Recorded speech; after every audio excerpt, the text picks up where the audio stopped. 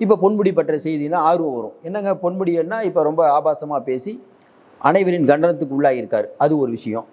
திடீர்னு பார்த்தா பொன்முடி கதறி அழுதார். கதறி எழுதாரா? எதுக்கு நான் கதறி அழுதாரு? ஓ, அந்த பெண்களை பற்றி தவறாக பேசியதை மனம் வருந்தி கதறி அழுதாரா? எதுக்கு கதறி எழுதார் அப்படின்னு வெகுஜன மக்கள் அதை போய் பார்ப்பாங்க. ஏன்னா வெகுஜன மக்கள் அவ்வளோ கோபமாக இருக்காங்க அவர் பேசினதை வச்சு. யாரும் ஏற்றுக்கொள்ள முடியாத பேச்சு, திமுக தலைவர்லேருந்து யாருமே ஏற்றுக்கொள்ள முடியாத பேச்சு. அதனால தான் திமுக தலைவர் அவரை வந்து பதவியிலேருந்து எடுத்திருக்காரு. அப்போ அவர் செய்யப்பட்ட செய்தி, அதுவும் இல்லாமல் எக்ஸ்-எம்எல்ஏ வந்து வாக்குவாதம் பண்ணாருங்கிறது பெரிய விஷயம். இப்போ மக்கள் எப்படி புரிஞ்சுக்குவாங்கன்னா, ஒரு வேளை எக்ஸ்-எம்எல்ஏ ஏன்பா கட்சி பேரை நீங்கள் கெடுக்குறீங்க, இந்த மாதிரி ஆபாசமாக பேசுனதுனால கட்சிக்கு வரக்கூடிய வாக்குகள் போயிடும், பெண்கள்கிட்ட போய் எப்படிப்பா நிற்கணும், ஏற்கனவே ஓசி பஸ்ன்னு நீங்கள் பேசி எங்களுக்கு பிரச்சனை ஆயிடுச்சு அப்படின்னு சொல்லி வாக்குவாதம் அப்படின்னு தான் மக்கள் நினைப்பாங்க. என்ன மேட்டர்னு பார்க்கறதுக்கு ஒரு ஆர்வம் இருக்குது. நமக்கும் அந்த ஆர்வம் வருது. நமக்கு அனுப்புகிறவங்க கூட இது ஒரு முக்கியமான விஷயங்க அப்படி தானே அனுப்புவாங்க. செய்தி வரும்போது அப்படி தானே பார்ப்போம். ஒரு புகழ்பெற்ற தொலைக்காட்சி வந்து இந்த மாதிரி வந்து பொன்முடி கதறி அழுதார் அப்படிங்கும்போது அனைத்து கண்களும் அங்கே உற்று நோக்கும். ஆனால் அது ஏன் கதறி எழுதாரு, அப்போ திமுகவில் இருக்கக்கூடிய உட்கட்சி பிரச்சனை என்ன, அதை பற்றியும் பேசுவோம். ரெண்டாவது விஷயம், இப்போ வந்து நம்ம மின்வாரிய ஊழியர் மின்சாரம் வீட்டில் வந்து கட்டாகுது அப்படின்னு சொன்னதுக்கு நீ எங்கே வேணால் கம்ப்ளைண்ட் பண்ணுன்னு சொல்லி வீட்டுக்கே போய் மிரட்டுறாரு. அப்போ அந்த தைரியம் யார் கொடுத்தது? இப்போ தான் அவரை சஸ்பெண்ட் பண்ணியிருக்காங்க. அப்போ இந்த தைரியம் யார் கொடுத்தது? இதே மாதிரி பல சம்பவங்கள் இருக்குது. இப்போ அதிகாரிகள் சில பேர் எடுக்கக்கூடிய ஒரு ஆணவமான நடவடிக்கைகள் ஏழை மக்களை பாதிக்குது. இதற்கு கடுமையான தண்டனை தர வேண்டும்.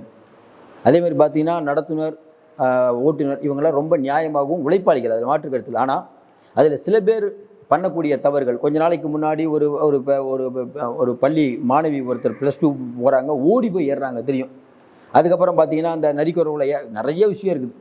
இதெல்லாம் சமூகத்தில் மாற்றப்பட வேண்டும். ஏன்னா எளிமையானவர்கள்னு பார்த்தா அவ்வளோ ஒரு அலட்சியமாக இருக்கிறதுங்கிறது அது கஷ்டமாகுது கேட்குறதுக்கு. இது ஒரு பக்கம், இதை பற்றியும் பேசுவோம். இன்னொன்று பக்கம் திமுகவில் அதிகரித்து கொண்டே இருக்கும் உட்கட்சி பிரச்சனை. துரைமுருகனுக்கும் அணைக்கட்டு நந்தகுமாருக்கும் சண்டை, திருப்பூரில் சண்டை, பல தொகுதிகளில் சண்டை. வரக்கூடிய தேர்தலில் திமுகவினருக்கு வேட்டு வச்சுருவாங்க பொழுது அந்தளவுக்கு தான் போயிட்டு இருக்குது பிரச்சனை. அதை பற்றியும் பேசுவோம். அதற்கு பிறகு பார்த்தீங்கன்னா முட்டு கொடுப்பதில் மன்னர் யார்? திருமாவர்கள் மீது நமக்கு பயங்கரமான மரியாதை இருந்தது. ஆனால் வரக்கூடிய நாட்களில் அவர் பேசக்கூடிய விஷயத்தெல்லாம் பார்த்தா என்னங்க திருமாவளவன் இப்படி ஆகிட்டாரே, திமுகவுக்கு அநியாயமாக முட்டு கொடுக்குறாரு. அவரே சொல்கிறார், ஆமாம் நான் முட்டு கொடுக்குறேன், பெரியார் கழகத்துக்கோ திமுகவுக்கு ஏதோ ஒரு ஆபத்து என்றால் திருமாவளவன் முன்னால் நிற்பார். அதில் மாற்று கருத்து இல்லை. நியாயமான விஷயங்களுக்கு நீங்கள் குரல் கொடுக்கணும்ல. இந்த பொன்முடி விஷயத்தை நீங்கள் பேசியிருக்கலாமே, பெருமளவுக்கு எடுத்து பேசியிருக்கலாமே, ஏன் நீங்கள் பேசவே இல்லை? ஒரு கண்டன அறிக்கையாவது விட்டுருக்கலாமே. எவ்வளோ பெண்களுக்கு எதிரான பிரச்சனைகள் நடந்திருக்குது, அதுக்கெல்லாம் நீங்கள் இப்போ எழுந்த கண்டனம் என்ன? அமைதியாக விட்டுட்டு போகிறது தானா? கொஞ்சம் யோசனை பாருங்க. கம்யூனிஸ்ட் தோழர்களையும் கேட்குறோம், உங்களுக்கெல்லாம் இயக்கம் இருக்குல்ல, இதே மற்ற ஸ்டேட்டில் பிஜேபி பண்ணால் மட்டும் நம்ம சத்தம் போடுறோம், நம்மளும் சத்தம் போடுறோம். இதற்கு என்ன பதில்? இதற்கு அமைதியாக இருப்பதன் மூலமாக நீங்கள் என்ன நினைக்கிறீங்க? பாசிச பாஜக வந்துடும். சார் பாசிச பாஜக மோசம், அதுக்காக திமுக இவ்வளோலாம் முட்டு கொடுக்கக்கூடாது. நேற்று திருமாவளவன் அவர்கள் பேசினதெல்லாம் அவரே ஒத்துக்கிறார் பொழுது. அதாவது வந்து நான் வளைந்து கொடுப்பேன், ஆனால் என்னை யாரும் அவ்வளோ ஈஸியில் வளைக்க முடியும். என்ன பேசுகிறாருன்னு நம்ம ஒன்றும் புரியல. என்ன கால்குலேஷன் புரியல. என்ன கால்குலேஷனு? திருமாவர்கள் இன்றைக்கி திமுகவுடன் கூட்டணி இல்லைன்னா திருமாவர்கள் மட்டும்தான் இருப்பார். கூட இருக்காருங்கல்ல, அவங்கள பாதி பேர் பார்த்தீங்கன்னா அங்கே போயிடுவாங்க, எங்கே திமுகவுக்கு போயிடுவாங்க. தொண்டர்கள் திருமா பக்கம் இருப்பாங்க. அதாவது திருமாவர்கள் பிஜேபி அதிமுக கூட்டணி வந்த உடனே அதிமுகங்கிற கட்சி இருக்காது, இனிமேல் பிஜேபி தான். உண்மைதான். அதே போல் திமுக கூட்டணியில் தொடர திமுகவுக்கு நீங்கள் முட்டு கொடுக்க பட்டியலின மக்கள் உங்கள் கட்சி விட்டு போயிட்டு இருக்காங்க. பாதி விஜய்க்கு போயிட்டாங்க. இது வரக்கூடிய தேர்தலில் பாருங்கள். இன்றைக்கி வந்து இதில் நம்ம வந்து கண்டமங்கலத்தில் வந்து போலீஸ் அத்துமீறல்ங்கிறீங்க, வேங்கை வெயில் பிரச்சனைங்கிறீங்க, காவல்துறை கையில் வச்சிருக்கிறது ஸ்டாலின் அவர்கள் தான். ஸ்ட்ரைட்டாக சொல்லிட்டு ஏதாவது ஒரு குறைஞ்சபட்ச ஒரு கண்டனமாக தெரிவிக்கலாம்ல. அதாவது போலீஸ்காரங்க வந்து அத்துமீறாங்க, ஆனால் திமுக வரணும். என்ன லாஜிக் இது? போலீஸ்காரங்க அத்துமீறினா ஸ்டாலின் தான் கவனிக்கணும். நீங்கள் மறுபடியும் திமுக வாழ்க்கைன்னா என்ன அர்த்தம்னு நமக்கு ஒன்றும் புரியலையே. கேட்டால் திமுக விட்ட பிஜேபி வந்துடும். ஏன் சார் ஒருத்தர் தனியாக தான் நில்லுங்களேன். ஏன் ஜெயிக்காமல் நீங்கள் உங்களால் கட்சி நடத்த முடியாது? திருமாவர்கள் ஒரு 2 MP சீட்டு, ஒரு 4 MLA சீட்டு தான் கட்சி நடத்துகிறாரா? கொஞ்சம் யோசனை பாருங்கள். அதனால் திருமாவர்கள் வந்து இது ஏன் இப்படி நியாயப்படுத்துகிறான்னு தெரியல. அதுக்கடுத்தது வந்து அண்ணன் ஜெயக்குமார் சொல்லிட்டார், பிஜேபியோட நான் கூட்டணி அப்படின்னா நான் பதவி விலகுவேன்னு என்றைக்குமே சொல்லன்ட்டார். ஏன்னாங்க நீங்கள் தான் சொன்னீங்க பிஜேபி வந்து நோட்டா கட்சி, நான் தோத்தது அதனால தான் சொன்னீங்க, அதெல்லாம் கேட்கக்கூடாதுங்கிறார். பணம், அந்த பதவி, அதான் நான் சொல்கிறேன், தலைமை முடிவு எடுத்தால் நான் கட்டுப்படுகிறேன் அப்படின்னு சொல்லணுங்க எல்லாருமே. அதை விட்டுட்டு வாய் ஜவடால் நிறைய பேர் விட்டுறாங்க. விட்டு தலைமை வேற ஒரு முடிவு எடுக்கும்போது இவங்களால ஒன்றும் பண்ண முடியல. ஏன் அதிமுக விட்டு ஜெயக்குமார் எங்கே போவார் சொல்லுங்கள்? கொஞ்சம் யோசனை பாருங்க. அவங்களுக்கும் அவங்க பையனுக்கு யார் சீட் கொடுப்பா போகிற இடத்துல? இந்த அளவுக்கு சொகுசாக இருக்க முடியுமா? மீசையில் கீழே விழுந்தாலும் மீசையில் மண் விட்டுற கதையெல்லாம் பேசக்கூடாது. தப்புன்னா தப்பு தான். திமுகவுக்கு டேமேஜ் பண்ணுறோம், அதனால் நீங்களும் தப்பு தான். ஜெயக்குமார் பழசில் பேசின பேச்சுங்க இவ்வளோ நாள் தலைமுறை வந்து டக்குன்னு வந்துட்டாங்க. மறுபடியும் சொல்கிறோம், அது ஒரு பக்கம் போயிட்டு இருக்குது. இன்னொன்று, பாட்டாளி மக்கள் கட்சியில் மறுபடியும் பிரச்சனை. ஏன்? இந்த திலகபாமா அப்படிங்கிற பொருளாளர் ஐயா ராமதாஸை எதிர்த்து ஒரு அறிக்கை விட்டாங்க. ராமதாஸ் நியாயமானவர், ஆனால் வந்து அன்புமணிக்கு இழைக்கப்பட்ட துரோகம்னு. இப்போ அந்த அம்மாவை சந்திக்க ராமதாஸ் ஐயா மறுத்துட்டாரு. அங்கே இருக்கக்கூடிய ராவணன் அவர் ஒரு அறிக்கை விட்டுருக்காரு. என்னென்ன, திலகபாமா கட்சிக்கு எந்த ஒரு இதுவும் எந்த ஒரு பங்களிப்பும் பண்ணாதவர், ஐயா ராமதாஸ் எதுக்குறாங்களான்ட்டு. கட்சி பிரச்சனை ஆகிட்டு இருக்கும்போது இது இன்னொரு பிரச்சனை. வடிவேல் ராவணன், இதை பற்றியும் பார்க்க போகிறோம். முதல்ல ஐயா பொன்முடி அவர்கள் விஷயத்தை பொறுத்த வரைக்கும் இன்றைக்கி வந்து நம்ம இப்போ இறந்தார்ல புகழேந்தி எம்எல்ஏ, விக்கிரபாண்டி எம்எல்ஏ, அவருடைய நினைவேந்தல் நடந்தது. ஆக்சுவலாக வந்து அந்த இப்போ பொன்முடி சர்ச்சை பேச்சு பேசினா அதுக்கு அடுத்த நாள் நடந்திருக்க வேண்டியது பிரச்சனையானதுனால நடந்தது. அதில் பொன்முடி உட்காந்துருக்கார், ஜெகத் ரட்சகன் உட்காந்துருக்கார். பொன்முடி ஜெகத் ரட்சகன்லாம் உட்காந்துருந்தா, ஏன்னா பொன்முடி வந்து அந்த அந்த அந்த மாவட்டத்தில் பெரியார். ஒரு அமைச்சர் உட்காந்துருக்காரு, இன்னொருத்தர் எம்பி வலுவானவர், 2 பேர் உட்காந்துருக்காங்க. அங்கே மேடையில் வந்து உட்கட்சி பிரச்சனை ஆரம்பிக்குது. எப்படி? அங்கே இருக்கக்கூடிய முன்னாள் எம்எல்ஏ புஷ்பராஜை பேச அழைக்கலை, அதுக்கு பதிலாக அன்னியூர் சிவாவை அழைக்கிறாங்க. அவர் பேச எந்திரிக்கும் போது நேராக புஷ்பராஜ் போய் என்ன ஏன் பேச நீங்கள் அழைக்கல அப்படின்னு பிரச்சனை பண்ணுறாரு. பொன்முடி பார்த்து வேடிக்கை பார்க்குறாரு. இதே பழைய பொன்முடியாக இருந்தால் அவரோட ரியாக்ஷனே வேறு மாதிரி இருக்கும். அவர் நினச்சிக்குவார், எல்லாம் என் நேரம் வாய் அமைதியாக இருக்குது. இல்லாட்டினா பழைய பொன்முடியாக இருந்தால் அவர் பேச்சே வேற. இன்றைக்கி அமைதியாயிட்டார். ஏற்கனவே உங்களுக்கு தெரியும், ஒரு நிர்வாகத்தில் ஒரு திமுக கூட்டம் நடக்குது. அங்கே வந்து ஏற்கனவே அமைச்சரவையிலேருந்து விலக்கப்பட்டார்ல மஸ்தான், அவர் நிற்கிறாரு. அவரை எதிர்த்து வந்து ஒன்றிய செயலாளர் அந்தளவுக்கு ஆக்ரோஷமாக பேசுகிறார். என்ன மீறி நீ வந்துருவியாங்கிற ரேஞ்சில் பேசினார். உட்கட்சி பிரச்சனையா? இதே மாதிரி கன்னியாகுமரியில் பார்த்தீங்கன்னா அங்கே இருக்கக்கூடிய மேயர் மகேஷ்குமார், சுரேஷ்ராஜன் முன்னாள் அமைச்சர், இன்னொருத்தர், 3 பேருக்கு சண்டை. இந்த பக்கம் பார்த்தீங்கன்னா திருப்பூரில் மேயர், அமைச்சர் சுவாமிநாதன், அங்கே இருக்கக்கூடிய மாவட்ட செயலாளர், 3 பேருக்கு சண்டை. இந்த ஊர் அந்த ஊரில் பெரும்பாலான ஊர்களில் இதே ஒரு பஞ்சாயத்து. இந்த பக்கம் பார்த்தீங்கன்னா சேகர் பாபு ஒரு ரூட்டில் போவார், இந்த பக்கம் பார்த்தீங்கன்னா நம்ம மாசு ஒரு ரூட்டில் போவார்.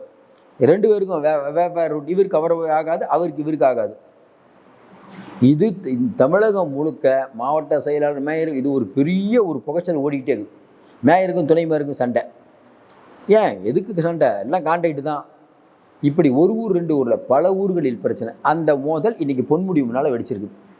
சரிங்க, கதறி எழுதாருன்னு சொன்னீங்க. என்னங்க கதறி எழுதார் அப்படின்னா, நம்மளும் அப்படி நினச்சி தான் போனோம். ஒருத்தர் போட்டிருந்தார், ஒரு புகழ்பெற்ற தொலைக்காட்சி, என்னமோ கதறி எழுதாருங்கிறாங்களா. என்னங்க கதறி எழுதார் அப்படின்னா, மேடையில் சொல்கிறாராம் ஜெகத் ரட்சகன். என்னென்ன இல்லை புகழேந்தி அவர்கள், அமைச்சர் முன்னால் இறந்து போன புகழேந்தி அவர்களை பற்றி, அவருடைய இறந்த உடனே பொன்முடி யாருக்கும் அழாத பொன்முடி கதறி அழுதார்.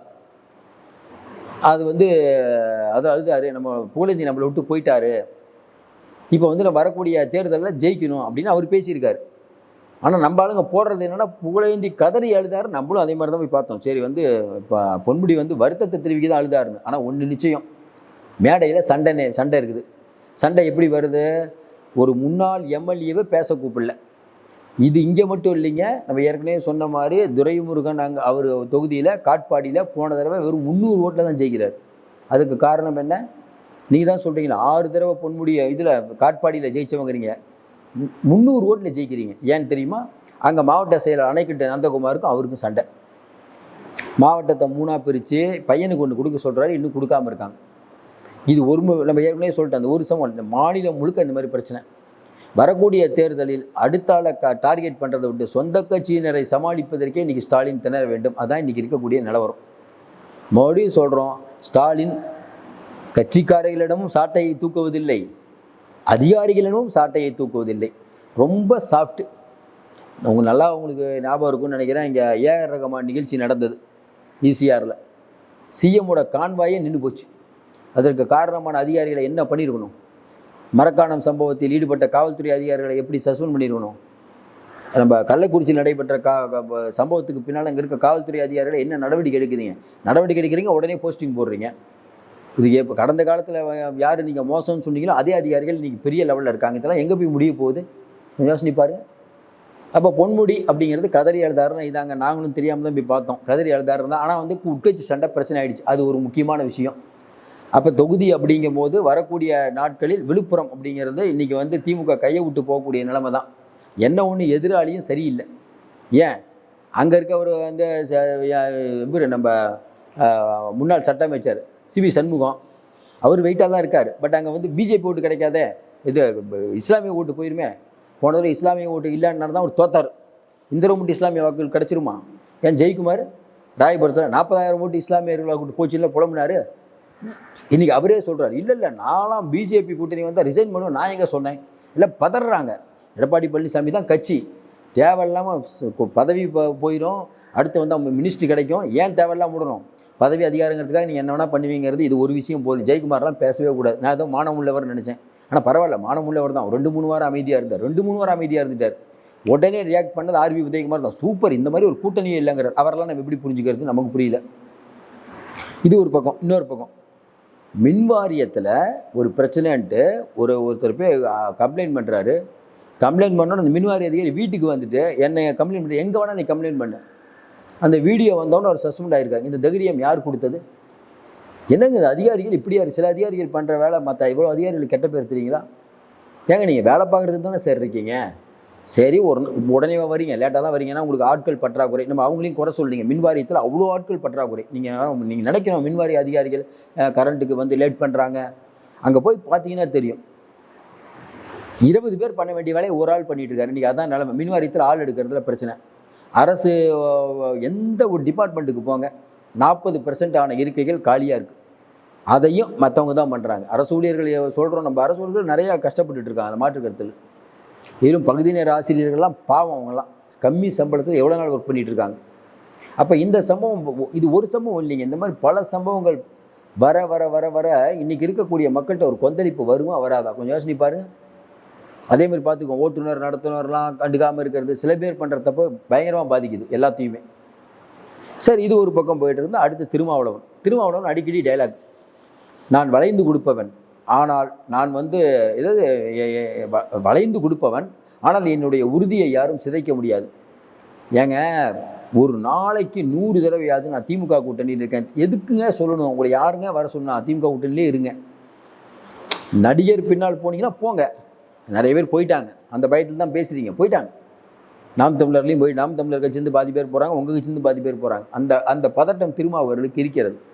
நம்ம என்ன சொல்கிறோம்? திருமாவர்கள் பதட்டப்பட வேண்டியதே இல்லை. ஏன் சார்? திருமாவர்கள் ஒரு படிப்பாளி, முதலமைச்சராக இருக்கக்கூட தகுதி உள்ள நம்ம தொடர்ந்து சொல்கிறோம். அவருடைய உயரம் பெருசுங்கும் போது ஏன் அவர் தன்னையே தாழ்த்திக்கிறார்? ஒரு நடிகை ஏங்க நேற்று ஆரம்பிச்ச விஜயோட ஏன் உங்களை கம்பேர் பண்ணிக்கிறீங்க? அவர் வேறு, நீங்கள் வேறுங்க. ஏங்க சினிமா நடிகர்னால் மக்கள் கூட்டம் தான் கூடும். உங்களுடைய தரம் தெரியும். அதனால தான் திருமாவே சொல்கிறாரு. திருமாவளவன் அவர்களுக்கு அவர்கள் மீது எனக்கு பெரிய மரியாதை. விஜய் ஏன் சொல்கிறாரு? உங்களை பற்றி எல்லாருக்கும் தெரியும். ஆனால் நீங்கள் உங்களை ஏன் நீங்கள் சிறுமப்படுத்திக்க நமக்கு ஒன்றும் புரியவே இல்லை. என்ன சொல்கிறீங்க? ஆட்சியில் பங்கு, ஐயோ ஆட்சியில் பங்குலாம் இப்போ வேணாங்க. நல்ல யோசனை பாருங்கள். பிஜேபி ஒன்றுமே இல்லாத கட்சி, 10 பேர் இருக்கக்கூடிய கட்சி ஆட்சியில் பங்கு என்டிஏ கூட்டணிங்கிறாங்க. அடுத்து பிஜேபி அதிமுக கூட்டணி ஜெயிச்சது தான் ஜி.கே. வாசன்லேருந்து ஜான் பாண்டியன்லேருந்து பாட்டாளி மக்கள் கட்சி, அதுக்கப்புறம் வேறு யார் சின்ன பாரிவேந்தர் கட்சி, வேறு யார் கட்சி இருக்கான்? தேவநாதன் ஜெயிலுக்கு போயிட்டார். அந்த கட்சி இருக்காதுன்னு நினைக்கிறேன். சொல்ல முடியாது. அதை கூட வச்சாலும் வச்சுக்கலாம் கட்சி இல்லைன்னா. இவங்க எல்லாருமே என்டிஏ. இந்த என்டிஏயில் இருக்கக்கூடிய அலையன்ஸ் எல்லாத்துக்கும் மினிஸ்டர் எது? ஜி.கே. வாசன் கட்சியில் ஒரு அமைச்சர், பாரிவேந்தர் கட்சியில் ஒரு அமைச்சர், ஜான் பாண்டியன் கட்சியிலேருந்து ஒரு அமைச்சர், கிருஷ்ணசாமி கட்சியிலேருந்து ஒரு அமைச்சர், பாட்டாளி மக்கள் கட்சியிலேருந்து அமைச்சர், பிஜேபியிலேருந்து அமைச்சர், அதிமுகவிலேருந்து அமைச்சர், புரட்சி பாரதிலேருந்து அமைச்சர். நீங்கள் கேட்கலாம் விளங்கிடும் அப்படின்னு நினைக்கிறீங்க. அவ்வளோதான், நாசமாக போகிறதுக்கான கூட்டணி தான் முடிஞ்சு போச்சு தமிழ்நாடு. அப்படி வராதுன்னு நினைக்கிறோம். அப்போ இதை இது இது இது இது இது இது இப்போ யோசனை கொஞ்சம் நினச்சி பாருங்கள். இந்த மாதிரி ஒரு விஷயத்தை நினச்சி பாருங்கள். இவ்வளோ அவங்க சொல்லிட்டு இருக்காங்க, ஒன்றுமே இல்லாத கட்சி. நீங்கள் தான் திமுகவுக்கு பெரிய பலம், ஆட்சியில் பங்கு. அதெல்லாம் வேணாங்க, ஸ்டாலின் தான் முதலமைச்சர். இப்போல்லாம் ஆட்சி பங்கு யார் கேட்டால் அது 100 வருஷத்தில் கேட்போம், இப்போல்லாம் கேட்க மாட்டோம். என்ன பேச்சு? ஆனால் கேட்டால் வந்து பட்டியலின மக்களுக்கான உரிமை பாதிக்கப்படுது, அவர்களுக்கான உணர்வுகள் பாதிக்கப்படுது. வேங்கை வெயிலில் நடந்த கொடுமை அச்சில் அடங்காத கொடுமை, காவல்துறையினர் அத்துமீறாங்க. ஆனாலும் ஸ்டாலினை உயர்த்தி பிடிப்போம். என்னங்க அது? இன்னொரு பக்கம் பார்த்தீங்கன்னா பஸ் கண்டக்டர்கள் பாதிக்கப்படுகிறார்கள், பஸ் போக்குவரத்து ஊழியர்களுக்கு பணிக்குடை தரப்படவில்லை, அரசு ஊழியர்கள் பிரச்சனை எல்லை மீறி போயிடுச்சு, சாம்சங் பிரச்சனை எல்லை மீறி போயிடுச்சு, டன்லப் பிரச்சனை எல்லை மீறி போயிடுச்சு. ஆனாலும் நாங்கள் ஸ்டாலின் பக்கம்தான் நிற்போம். எது கம்யூனிஸ்ட்? உண்மையாக புரியல. என்னங்க சொல்ல வரீங்க? நீங்கள் தான் தப்புங்கிறீங்க. இதே அதிமுக ஆட்சியில் நடந்தால், பிஜேபி ஆட்சியில் நடந்தால், அது என்ன திமுக ஆட்சியில் நடந்தால் மட்டும் அப்படியே மெதுவாக வருடி கொடுக்குறீங்க? ஏன் இப்போ நம்மளே பேசும்போது திமுகவே சப்போர்ட் பண்ணி பேசுகிறேன்னு வச்சுக்கோங்களேன். நிறைய யூடியூப்பில் பேசுகிறோம், நீங்கள் பாருங்களேன். யூடியூப் பெரும்பாலும் எப்படி இருக்கும், திமுக ஆதரவாளர்கள். இப்போ நீங்களே பாருங்கள், நம்ம சேனலில் வந்து முதல்ல திமுக ஜெயிக்கணும்னு சொன்னோம். ஏன்? எம்பி எலெக்ஷனில் திமுக தான் ஜெயிக்கணும், பிஜேபி வரக்கூடாதுன்னு நினச்சோம். அப்போ திமுகவை நம்ம சப்போர்ட் பண்ணோம். இப்போ எப்படிங்க சப்போர்ட் பண்ண முடியும்? உடனே திமுகவில் நான் என்ன பார்த்து நீங்கள் பணம் வாங்கிட்டீங்கன்னா இப்போ தான் அதிமுகவும் திட்டுறோமே, விஜய்கிட்ட பணம் வாங்கிட்டோமா? நம்ம ஒன்றும் புரியவே இல்லை. இவங்களை திட்டினா இவங்ககிட்ட பணம் வாங்கிட்டு அவங்க நியாயமாக ஏங்க? நீங்கள் தனி மனித வழிபாடு அப்படிங்கிறது தப்புங்க. திமுக வந்து பல விஷயங்கள் நல்லது பண்ணியிருக்குது, பல விஷயங்களை கெடுதல் பண்ணி ஒத்துக்கணும். அதிமுக பல விதத்தில் நன்மை பண்ணிக்குது, இப்போ நன்மை பண்ணல, கெட்டு போயிடுச்சு, ஒத்துக்கணும். அதை விட்டுட்டு திமுக பண்ணுற எல்லாமே சரிங்கிறது எந்த விதத்தில் ஒரு பகுத்தறிவு? 12 மணி நேரம் வேலை அப்படின்னு கொண்டு வந்தது ஸ்டாலின் தானே? அது தப்பா இல்லையா? உடன்பிறப்புகள் பதில் சொல்லுங்கள். நீங்கள் சொல்ல மாட்டீங்க. ஏன்? அதே ஸ்டாலின் 4 நாளைக்கு அப்புறம் 8 மணி நேரம் வேலையாக மாற்றிட்டார். அதே மாதிரி மதிய உணவு வந்து தனியார் பங்களிப்புடன் நடத்தப்படும் மாநகராட்சி சொல்லுது. அடுத்து ஒரு 4 நாள் கழிச்சு இதில் நாங்களே பண்ணுறோங்கிறோம். இதை நம்ம சொல்கிறோம். என்னங்க பல்ட்டி அடிக்கிறீங்க? முதல் வருஷம் ஆளுநர் மாளிகைக்கு போனீங்க, ஏன்னா ஆளுநர் நல்லவர். 2வது வருஷம் போகல, ஏங்கன்னு கேட்டால் ஆளுநர் கெட்டவருங்க. 3வது வருஷம் போகிறீங்க, ஏங்கன்னு கேட்டால் ஆளுநர் மேலே மரியாதை. ஃபஸ்ட்டு வருஷம் மரியாதை இருக்குங்கிறீங்க, 2வது வருஷம் மரியாதை போச்சு, 3வது வருஷம் மரியாதை இருக்குது. நமக்கு ஒன்றுமே புரியலையே, ஒரே ஆளுநர் தானே, அது அப்படிங்க வருஷம் மாறும் உங்கள் நிலைப்பாடு. இதை நம்ம எதுவும் கேட்கக்கூடாது. கேட்டால் நீங்கள் வந்து காசு வாங்கிட்டு பேசுகிறீங்க, திராவிட மாடல் எடுத்து பேசுகிறீங்க. என்ன பண்ணி நினச்சிட்டு இருக்கீங்க நீங்கள்? எந்த விதத்தில் சரி? கொஞ்சம் பகுத்தறிவை யூஸ் பண்ணி பாருங்கள் சார், சரியா தப்பா? இன்றைக்கி இருக்கக்கூடிய சூழ்நிலையில் திமுக அப்படிங்கிற ஒரு கட்சிக்கு எவ்வளோ பிரச்சனைகள் வந்து இதெல்லாம் மறைச்சிட்டு நம்மளால் எப்படி பேச முடியும்? இப்போ எல்லாத்துக்கும் தாண்டி இப்போ இவர் வந்துட்டார் ஜெயக்குமார்.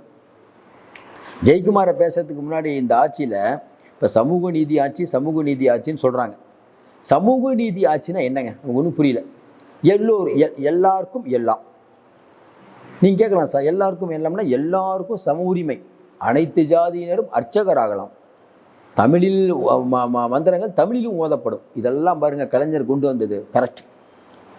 இந்த திரௌபதி அம்மன் கோயில் ரொம்ப நாளாக பூட்டி கிடக்குதே, ஒன்று நீங்கள் சொல்லலாம் அதெல்லாம் திறந்து விட்டாங்க. எப்படி திறந்து விட்டாங்க ஐயா சொல்லுங்கள்? எப்படி திறந்து விட்டாங்க? கோர்ட்டு சொல்லுது எல்லாரும் திரௌபதி அம்மன் கோயிலுக்கு போகலாம் சார். ஒருத்தருடைய ப்ரைவேட் ப்ராப்பர்ட்டியாக இருந்தாலும் கோயில் அனைவரும் வழிபட சட்டம் இருக்கிறது. அதான் சட்டம் சொல்லுது, அனைவரும் வழிபடலாம். நீங்களே கோயில் கட்டினாலும் எல்லாரும் வழிபடலாம் சார், உங்களுக்கு மட்டும் இப்படி கோயில் வெளியில் கட்டிட்டு. திரௌபதி அம்மன் கோயிலில் ரொம்ப நாள் பூட்டி கிடக்குது. எது? சமூக நீதி ஆட்சியில் பூட்டி கிடக்குது. ரொம்ப நாள் கழித்து கோர்ட்டு வந்து எல்லாரும் போகலாங்குது. உடனே நீங்கள் என்ன பண்ணணும்? ஆக்கிரமிப்புகளை அகற்றும் போது மட்டும் கோர்ட் சொல்லிடுச்சுன்னு அகற்றுறீங்கல்ல, சாமி எல்லாரும் கும்பிடலான்னு சொல்லிட்டாங்களா, உடனே இதை நிறைவேற்ற வேண்டியதானே? ஒரு அரசாங்கம் எதுக்கு அப்பீல் போகிறீங்க சார்? அரசாங்கம் அப்பீல் போகுது சார், நான் ஒன்றுமே புரியல. எதுக்கு அரசாங்கம் அப்பீல் போகிறீங்க? ஏன்னா ஒரு சமூக மக்கள் கோவிச்சுக்குவாங்களாம். அதுக்கப்புறம் பார்த்தீங்கன்னா சீமான் ஆலய பிரவேசம் நடத்துகிறேன்னு அறிவித்தார். அதை உண்மையிலே திருமாவர்கள் பண்ணியிருந்தால் எந்த அளவுக்கு எடுபட்டிருக்கும். என் மக்களுக்கு கோயில் அனுமதி இல்லையான், இந்த திருமாவளவன் போகிறேன், என்ன அரெஸ்ட் பண்ணி பார்ப்பா. திமுகவோட கூட்டணி அது வேறு விஷயம், இதுக்கெல்லாம் நான் ஒத்துக்கூற மாட்டேன். கூட்டணியே போனாலும் பரவாயில்ல, இந்த திருமாவளவன் தன்மானம் மிக்கவர் சொல்லியிருக்கலாமே, ஏன் சொல்ல? அப்போ திமுக ஒரு டபுள் கேம் விளையாடும், நீங்கள் திமுகவுக்கு எதுவும் பண்ண மாட்டீங்க. அப்போ எப்படி பட்டியலின மக்கள் உங்களோடு இருப்பாங்க? கொஞ்சம் யோசனை பாருங்கள். பட்டியலின மக்களுக்காக போராடக்கூடிய சீமான் வராரு, அவர் பின்னால் போவாங்களா, உங்கள் பின்னால் போவாங்களா? ஆட்சியிலும் பங்கு அதிகாரத்திலும் பங்கு நான் தரேன், அப்படின்னு சொல்கிற விஜய் பக்கம் வந்து பட்டியலிடமாக இளைஞர் பட்டியலின இளைஞர் என்ன நினைப்பாங்க, குக்கிராமத்தில் இருக்க பட்டியல் இளைஞர் என்ன நினைப்பாங்க, என்னப்பா விஜய் அவர்கள் தளபதி வந்து ஆட்சியில் பங்கு அதிகாரத்தில் பங்குங்கிறாரு, திருமாவர்கள் தான் கூப்பிடுறாரு, ஏன் போக மாட்டுறாரு அண்ணன் திரும்ப, அவர் திமுக கூட்டணியில் தான் இருப்பார், ஏன் திமுக கூட்டணியில் அமைச்சர் பதவி தராங்களா, அமைச்சர்லாம் தரலைங்க, சரி 50 எம்எல்ஏக்கள் தராங்களா, இல்லைங்க, சரி 20 எம்எல்ஏவை தராங்களா, அதெல்லாம் இல்லைங்க, ஏங்க எதுக்குங்க இருக்காங்க, இல்லை போன தடவை கொடுத்த சீட்டே கொடுக்க போகிறாங்களாம், போன தடவை கொடுத்த சீட்டை ஏங்க வாங்குறாரு, அதிகப்படுத்தி கேட்கலாமே, இல்லை இல்லை இல்லை நமக்கு நமக்கு வந்து சமூக நீதி தான் முக்கியம், சமூக நீதி முக்கியமா, இந்த ஆட்சி எதுக்கு நம்ம தூக்கி பிடிக்கிறோம், சமூக நீதி ஆச்சுங்க, ஸ்டாலின் ஆச்சு, நாளைக்கு பிஜேபி வந்தால் பாசிசம் வந்துருங்க, கோயிலுக்கெல்லாம் போக முடியுமா, அப்போ நம்ம கேட்குறோம் இப்போ மட்டுமா கோயில் போக முடியுது, திரௌபதி அம்மன் கோயில் என்னங்க கதை, சமூக நீதி ஆச்சு தானே, ஏன் கோயிலை மூடினாங்க, ஏன் நீங்கள் வந்து திறந்தீங்க, ஏன் யார் பயத்தாலும் திறந்தீங்க, கேட்பாங்களா கேட்க மாட்டாங்களா, இப்போ பட்டியலின இளைஞர் நேராக போய் ஓட்டு போட போனால் உதயசூரியன் இருக்காருன்னு வச்சுக்கோங்க, என்ன ஞாபகம் வரும், வேங்கை வயலில் நம்ம ஆளுங்க மலம் குடிக்கிறாங்க, மலத்தை கலந்தது யாரா நம்ம ஆளுங்க மேலே கேஸ் போடுறாங்க, இதை செஞ்சது யார், சிபிசிஐடி யார் கண்ட்ரோலில் இருக்குது, சிஎம் கண்ட்ரோலில் இருக்குது, இந்த எண்ணம் வருமா வராதா, அப்போ பட்டியலின மக்கள் மேலேயே கேஸ் போடுற அளவுக்கு ஒரு தைரியம் ஏன் வருது, யார் அந்த தைரியம் கொடுத்தது உங்களுக்கு, எப்படி இருந்தாலும் திருமாவளவன் இருக்கார் ஓட்டு வந்துடும் நினைக்கிறீங்களா, நம்ம தொடர்ந்து இதை சொல்கிறோம், இஸ்லாமிய இயக்கங்கள் எல்லாம் இருக்கிறதுனால திமுகவுக்கு இஸ்லாமியர்கள் ஓட்டு போடலைங்க, பிஜேபியை ஸ்டாலின் எதுக்கிறார் அதுக்காக ஓட்டு போடுறாங்க, இதே இஸ்லாமிய இயக்கங்கள் இப்போ கூட சொல்கிறோம், இஸ்லாமிய இயக்கங்கள் எடப்பாடி கிட்ட போட்டோம், இஸ்லாமியர்கள் ஓட்டு போட்டுருவாங்களா பிஜேபி எடப்பாடி கூட்டணி, போட மாட்டாங்க சார், அதே போல் திருமாவளவன் இன்னைக்கு இருக்கலாம் கூட, ஆனால் பட்டியலின மக்கள் இவர்களுக்கு ஓட்டு போட மாட்டார்கள், வரக்கூடிய தேர்தலில் பாருங்கள் நடக்க போகிற விஷயத்தை பாருங்கள், இது சமூக நீதி ஆட்சியா, எங்கே இருக்கிறது சமூக நீதி, இன்னைக்கு தமிழகத்தில் எங்கெங்கே இருக்குது சமூக நீதி சொல்லுங்கள், எந்த சமூக நீதி, அனைத்து ஜாதியினரும் அர்ச்சகராகலாம் ஒன்று கலைஞர் சொன்னாரா, அண்ணா அவர்களின் நெஞ்சில் ஒரு முள் இருந்ததை எடுத்தன்னு எத்தனை கோயில் அனைத்து ஜாதியினர் அர்ச்சகராகினான், உள்ளே போய் படித்து பார்த்தீங்கன்னா அந்த கேஸை இவங்க சரியாகவே வாதாடல, இவங்க நினச்சிருந்தா சூப்பராக வாதாடி இருக்க முடியும், வாதாடினாங்களா, ஏன் வாதாடல, இவங்களுக்கு பல விஷயம் சார், பல விஷயம் என்ன, ஆமாம் சமீபத்தில் ஒரு டெண்டர் விடுறாங்க, எந்த டெண்டரு, ஒரு டெண்டருங்கிற ஒரு இடத்த வாங்குறாங்க டாட்டா நிறுவனம், யார் டாட்டா, இந்தியாவிலே சொல்லுவாங்க தெரியுமா, வீட்டில் சும்மா இருந்தால் நீ என்னப்பா டாட்டா பிர்லாவான்னு கேட்பாங்க, அவ்வளோ பெரிய பணக்காரர், அவர் ஒரு இடத்த வாங்குறாரு 2000 கோடி மதிப்பு, பத்திரப்பதிவு இருக்குல்ல, கைட்லைன் வேல்யூ நிறையா கட்ட வேண்டியிருக்கும், உடனே ஒருத்தர் போயிட்டு கைட்லைன் வேல்யூலாம் நிறையா கட்ட வேணாம், எங்களுக்கு ஒரு கமிஷன் கொடுங்க, கைட்லைன் வேல்யூ கம்மியாக போட்டு தரேன்ட்டார், டாட்டா வச்சு நேராக அங்கே கம்ப்ளைண்ட் பண்ணிட்டார் டெல்லியில், அங்கேருந்து வந்து பிரச்சனை ஆன உடனே அவரை மட்டும் சஸ்பெண்ட் பண்ணுறாங்க, அப்புறம் தான் தெரியுது ஒன்றும் இல்லைங்க, ஒரு ரேஞ்சுக்கு நீங்கள் மேலே வந்து பத்திரப்பதிவு பண்ணிங்கன்னா மேலிடத்தில் சொல்லாமல் பண்ண முடியாதான், அவங்களுக்கு தகவல் போயிடும், யார் பதிவு பண்ணுறாங்கன்னு சொல்லிட்டு பெரிய அளவுக்கு கட்டிங் வாங்குறாங்க, தமிழ்நாடு ஃபுல்லாக ஆஃபீஸ் போட்டு வாங்குறாங்க, இன்னொரு பக்கம் டாஸ்மார்க்கில் கரூர் கேங்கு அது ஒரு பக்கம் வசூல் பண்ணிட்டு இருக்குது, இது இன்னொரு பக்கம் வசூல் பண்ணிட்டு இருக்குது, ஏங்க அது கரூர் கேங்குனா இது Madurai gang, Karur gang Madurai gang, அந்த பக்கம் டெல்டா கேங்குன்னு ஒன்று இருக்குது, அந்த பக்கம் தென் மாவட்டத்துக்குன்னு ஒரு கேங்கு இருக்குதோ, ஆமாங்க எல்லா ஊருக்கும் எல்லா கேங் இருக்குது, இது எல்லாத்துக்கும் ஒரு கேங் இருக்குது, அவங்களுக்கு ஒரு குறுநில மன்னர்கள், இவங்களுக்கெல்லாம் தாண்டி மன்னர் இருப்பார், அப்போ இதுதான் மன்னராட்சியா, இப்போ இது மக்களுக்கு யோசிக்கும் போது மன்னராட்சியே இதான் மன்னராட்சியோ, ஏன் நம்ம சொல்கிறோம்னா இப்போ நம்ம பேசிகிட்டு இருக்க நேரம் இன்றைக்கி வந்து அதிமுகவிலேருந்து நிறைய பேர் விலகிட்டு இருக்காங்க, அதாவது குறிப்பாக பார்த்தீங்கன்னா பிஜேபியுடன் கூட்டணி சேர்ந்ததுக்காக அதிமுகவில் இருக்கக்கூடிய இஸ்லாமியர்கள் மிக மிக முக்கியமானவர்கள் விலகியிருக்காங்க, இப்போ பார்த்தீங்கன்னா புதுக்கோட்டை நகர சிறுபான்மை செயலாளர் முகமது கனி விலகிட்டாருன்னு இப்போ ஒரு செய்தி, மறுபடியும் நம்ம சொல்கிறோம், இப்போ அன்வர் ராஜா இருக்கார்ல, அவர் போய் என்ன சொல்லி ஓட்டு கேட்பார், அங்கே இருக்கக்கூடிய ராமநாதபுரத்தில் இருக்க இஸ்லாமியர்கள்ட்ட சொல்லுங்கள், பிஜேபி வந்தால் வக்பு வாரிய சொத்தெல்லாம் பிடிங்கிட்டானுங்க, நம்மளை ஊரை விட்டு அடிச்சுடுவாங்க, அப்போ போப்பான்டுவாங்க, கரெக்டாக அன்வர் ராஜா போய் எந்த முகத்தை வச்சுட்டு ஓட்டு கேட்பார், ஒன்று வேணாம், நம்ம ஏற்கனவே சொன்னோம்ல, அதிமுகவினர் போயிட்டு பிஜேபிக்கு ஓட்டு கேட்க போகிறாங்கன்னா, ஐயா பிஜேபி மும்மொழி கொள்கையை கொண்டு வந்து அவங்க தான், நமக்கு இப்போ பணமே கொடுக்காதவர் மோடி தான், ஒவ்வொருத்தர் அக்கௌண்ட்டில் 15 லட்சம் போடுறேன்னு சொல்லி ஏமாத்தினவர் ஐயா மோடி தான், மறுசீரமைப்பை கொண்டு வந்து தமிழ்நாட்டை நாசமாக்க போகிறது ஐயா மோடி தான், மீத்தேன் திட்டம் அந்த திட்டம் இந்த திட்டம் கருமாந்திர திட்டத்தெல்லாம் கொண்டு வந்து டங்ஷன் திட்டத்தெல்லாம் கொண்டு வந்து நம்ம நாட்டை சுடுகாடாக்க போகிறது ஐயா மோடி தான், இப்படி பேசினா இப்படி தானே பேச முடியும், வேற என்ன பேச முடியும், மோடி முகத்தை காட்டி இங்கே இருக்கக்கூடிய ஒரு அதிமுக தொண்டர் எப்படிங்க பண்ணுவாங்க, யோசனை பாருங்க எப்படி சிங்க் ஆகுங்கிறீங்க, இப்போ அதிமுக பிஜேபி கூட்டணியில் விலகிறாங்களா, உண்மையில் மானம் உள்ளவர் விலகிட்டார். ஜெயக்குமார் ஆனால் பரவாயில்ல, ஜெயக்குமார் 2-3 வாரமாக 2 வாரமாச்சு தலைமறைவாக இருந்தார். ஏன் பிஜேபியோட இப்போது இல்லை அப்போது இல்லைன்னு ஏகப்பட்ட பேச்சு பேசுனீங்க. கேட்டிங்கன்னா என்ன பதில் சொல்லுவீங்க? ஒன்றும் பேசல. இப்போ சொல்கிறாரு பிஜேபி அதிமுக கூட்டணி தான் ரிசைன் பண்ணுவோம். நான் எங்கே சொன்னேன்? நீங்கள் சொல்லலைங்க. பிஜேபியோட இப்போது கூட்டணி இல்லை அப்போது கூட்டணி இல்லை டைலாக்லாம் விட்டீங்க. இப்போ என்ன கதை சார்? ஸ்ட்ரெயிட்டாக பேசணும். நீங்கள் ஒரு முன்னாள் அமைச்சர், உங்கள் அமைச்சருக்கு ஒரு மரியாதை இருக்குது. ஜெயலலிதாம்மா உங்களெல்லாம் அமைச்சராக வச்சுருக்காங்கன்னா உங்களுக்குலாம் ஒன்றுமே தெரியாது. அவங்க ஆமான்னா ஆமாம், வெள்ளைக்காக்காமல் இருக்குதுன்னா ஆமாம்மாம்பீங்க. உங்களுக்குன்னு ஒரு பகுத்தறிவு இல்லை. இப்படி தான் சொல்லணும். வேறு என்ன சொல்லணும்? ஜெயக்குமார் மேலே உயரிய மரியாதை வச்சுருந்தோம். தலைமை நீங்கள் அப்போ என்ன சொல்லியிருக்கணும்? தலைமை சொல்லிடுச்சுங்க, முடிவு எடுக்கணும். அதை சொல்லாமல் தொண்டர்களுடைய முடிவுங்க சொன்னீங்களே இல்லையா ஜெயக்குமார்? இப்போ என்ன தொண்டர்கள் எல்லாம் ஐயோ எல்லாம் வந்து மோடி முகத்தை காட்டினா தாங்க ஓட்டு போடுன்னு எல்லாம் ஓடின்னு சொன்னாங்களா தொண்டர்கள்? யாரை ஏமாற்ற பார்க்குறீங்க மக்களை? ஜெயக்குமார் பேசுகிறதுலாம் அபத்தமான பேச்சு. திடீர்னு சொல்கிறார் அப்படிலாம் சொல்லவே இல்லைன்ட்டு. இப்போ ஜெயக்குமார் பிஜேபிக்காரங்க எப்படி பார்ப்பாங்க? ஏன்பா என்ன சவுண்டு விட்டீங்க? இப்போ மறுபடியும் அதே தொகுதியில் பின்னா எப்படி ஜெயக்குமார் ஜெயிச்சிருவார்? அதே 40,000 மக்கள் ஓட்டு போட்டுருவாங்களா? அந்த 40,000 மக்கள்கிட்ட போன தடவை நீங்கள் என்ன சொன்னீங்க? நாங்களாம் பிஜேபி போட்டு வந்துட்டோம் சொன்னீங்களா இல்லையா? இனிமேல் அந்த இடத்துல ஓட்டே கேட்க முடியாது சார். நீங்கள் போய் அதிமுக அப்படிங்கிற கட்சி இனிமேல் வந்து இஸ்லாமியர்கிட்ட வாக்கே கேட்க முடியாது. முடிஞ்சு போச்சு கதை. இது எங்கே போய் மறுபடியும் சொல்கிறோம்? திமுகவை டேமேஜ் பண்ணுறோம், அதே இடத்துல அதிமுக வந்து நம்ம டேமேஜ் பண்ணுறோம். டிவிகே டிஎம்கே போட்டியாக வரணும்னு நம்ம நினைக்கிறோம். அப்படி உருவாச்சா நம்ம இன்னும் சொல்லலை. இப்படி இன்னும் உருவாகலன்னு தான் நம்ம நினைக்கிறோம். ஏன்னா இப்போ அதிமுக பிஜேபி ஒரு வலுவான கூட்டணி, அதில் மாற்று கருத்து இல்லைங்க. ஏன்னா வரக்கூடிய தேர்தல் ஸ்டாலின் வேணுமா வேணாமாங்கிற தேர்தல். ஆனால் எங்கே சிக்கல் வருதுன்னு நம்ம சொன்னோம். என்டிஏ கூட்டணி அப்படின்னா மக்கள் ஓட்டு போட மாட்டாங்க. இன்னும் எளிமையாக சொல்கிறதுனா ஒரு தொகுதியில் தாமரை நிற்கிது, சூரியன் நிற்கிது, அந்த இடத்துல வந்து விஜய் கட்சி நிற்கிது. அது என்ன சின்னம் தெரியல நிற்கிது, நாம் தமிழர் நிற்கிதுன்னா மக்கள் என்ன நினைப்பாங்க? அதிமுக தொண்டரே பிஜேபிக்கு ஓட்டு போட மாட்டாங்க, திமுக ஓட்டு போட மாட்டாங்க, நாம் தமிழருக்கோ இல்லை விஜய்க்கோ போட்டு போயிடுவாங்க. வேறு என்ன பண்ணி இந்த தடவை எலெக்ஷனை பாருங்கள். உண்மையிலேயே ரொம்ப சந்தோஷம். பிஜேபி ஒரு 70 சீட்டில் ஜெயிக்கணுங்க. 70 சீட்டு டெபாசிட் போகணும். நமக்குலாம் ஒரு சீட்டு வரக்கூடாது சார். இந்த தடவை தமிழ்நாட்டு மக்கள் உஷாராக இருக்க வேண்டும். நீங்கள் அதிமுக கூட சீட்டு விடுங்க, பிஜேபி ஒரு சீட்டு வந்தாலே தமிழ்நாடு நாசமாயிடும். இதனால தான் சொல்கிறோம், கண்டிப்பாக மற்றதுக்கு சான்ஸ் இருக்குது, இந்த கூட்டணிக்கு சான்ஸ் இல்லைங்கிறது. என்டிஏ கூட்டணி ஆரம்பிக்கும் போதே சொல்லிட்டோம், இந்த கூட்டணி ஆட்சி அமைக்கிறதுக்கான வாய்ப்பு ரொம்ப ரொம்ப கம்மி. பேசுவதற்கு நிறைய விஷயங்கள் இருக்குது. தொடர்ந்து நம்ம நேரலையில் நிறையா பேசிகிட்டு இருக்கோம். தொடர்ந்து எங்களுக்கு ஆதரவு கொடுங்கள். ஏற்கனவே நம்ம சொன்ன மாதிரி திராவிட மாடல் நிறைய நம்ம பேசிட்டோம். திராவிட மாடலுக்காக எதிராக நம்ம எவ்வளோ பேசிகிட்டு இருக்கோம். இன்றைக்கி இருக்கக்கூடிய சூழ்நிலையில் இந்த திராவிட மாடல் 2026 ஆட்சியை பிடித்தாலும் என்ன நன்மை பண்ணிட முடியும்? ஏற்கனவே நிறையா நீங்கள் கடன் வாங்கியிருக்கீங்க. இந்த கடன் வந்து வாங்கிட்டீங்க சார்.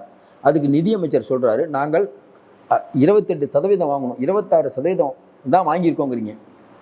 28க்கு மேலே நீங்கள் வாங்க முடியாது சார். அதனால் 26 வாங்கியிருக்கீங்க. 28 வாங்கியிருக்கோம், 28 கடன் வாங்கலாம், நாங்கள் 10 தான் வாங்கியிருக்கோம், அப்படி தானே சார் பெருமை? 28 கடனா 26 வாங்கியிருக்காங்களாம், இது என்ன பெருமை? இதெல்லாம் பார்த்துட்டு வெகுஜன மக்கள் எப்படி கம்முன்னு இருப்பாங்க? 2026 நீங்கள் வந்தாலும் தமிழ்நாடு மக்கள் திருவோடு தான். அந்த பக்கம் பிஜேபி அதிமுக கூட வந்தாலும் அது வந்தால் இன்னும் திருவோடு. நாட்டு வன்முறை, அது வந்து மதவாதம், வறுமை மட்டும் இல்லாமல் மதவாதம். விஜய் வந்தாலும் எதுவும் பண்ணிட முடியாது, நாம் தமிழர் வந்தாலும் எதுவும் பண்ணிட முடியாது. நீங்கள் கேட்கலாம் யாருக்கு தான் ஓட்டு போடணுன்னு. யார் நல்லவங்களா பார்த்து ஓட்டு போடலாம், அப்போ தான் ஓட முடியும். இப்போ யோசிக்கவே முடியல. நீங்கள் உண்மையிலேயே சொல்கிறோம், யோசிக்க முடியல. எழக்கூடிய மிக முக்கியமான கேள்வி திமுக பணபலம் அதிகாரம் பலம். இந்த பக்கம் பிஜேபிகிட்ட பணபலம் விஜய் அவர்கள்ட்ட கேண்டிடேட் இல்லை. ஏன் கேண்டிடேட் இருக்காங்க, செலவு பண்ணணும்ல. விஜய் முகத்தை காட்டுவார், செலவு பண்ணணும்ல.